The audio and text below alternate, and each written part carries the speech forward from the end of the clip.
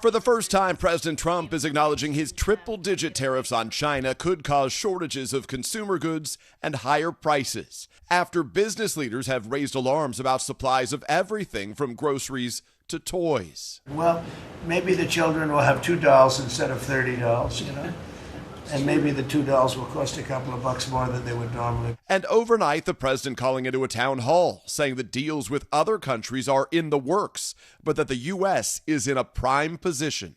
I'm in less of a hurry than you are. We are sitting on the catbird seat. They want us. We don't need them.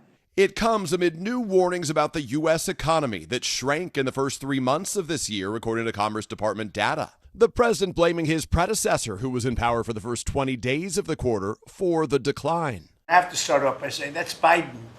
That's not Trump. But economists say the dip is due in large part to uncertainty surrounding tariffs and fears about shortages and prices going up. President Trump is also blaming Biden for the markets, well below where they were when he took office. More than a year ago, with the markets up, then candidate Trump took credit, boasting, "This is the Trump stock market." In that town hall last night, the president acknowledged the economic uncertainty may carry political risks. Democrats may win the midterms. So there is risk here, big risk. That's true. It is true. And I just think that I'll be able to convince people how good this is. But asked what mistakes he's made in his first 100 days. I don't really believe I've made mistakes. You made any mistakes. We're in a transition period. The president also standing by Elon Musk in his cabinet meeting as each cabinet member praised the president.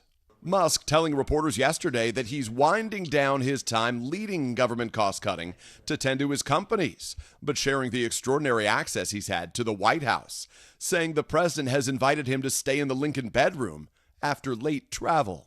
They say I wear a lot of hats. Even my hat has a hat. It's going to be about 40%. Under pressure from some troubling economic news, a Commerce Department report showing the U.S. economy shrank slightly during the first 3 months of the year. President Trump shifting blame. That's Biden. That's not Trump, because we came in on January. This is quarterly numbers. It was a quarter during which President Trump was in office for all but 20 days, and when economists say businesses rushed to buy imports before tariffs kicked in, dragging down U.S. production. Surveys also showing consumer confidence down. Taking a hit in what Americans expect in the next 6 months. We're talking business conditions, employment prospects, and future income as well.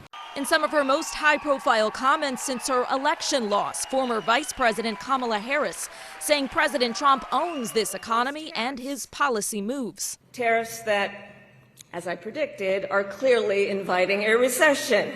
The president acknowledging his triple-digit tariffs on China could cause shortages of some goods and higher prices. Maybe the children will have $2 instead of $30, and maybe the $2 will cost a couple of bucks more than they would normally. While insisting the payoff will be worth it, pointing to new investments in U.S. manufacturing. They're really coming in fast. Overnight, an effort to roll back President Trump's tariffs failed. Motion to table is agreed to. In the Senate, though it did have some bipartisan support. The president urging increasingly anxious Americans to be patient as he works to reshape global trade. In Washington, Alice Barr, NBC News.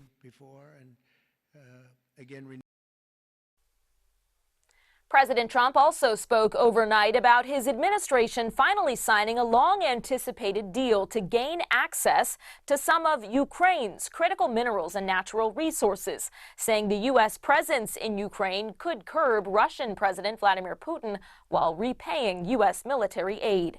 In Washington, Alice Barr, NBC News.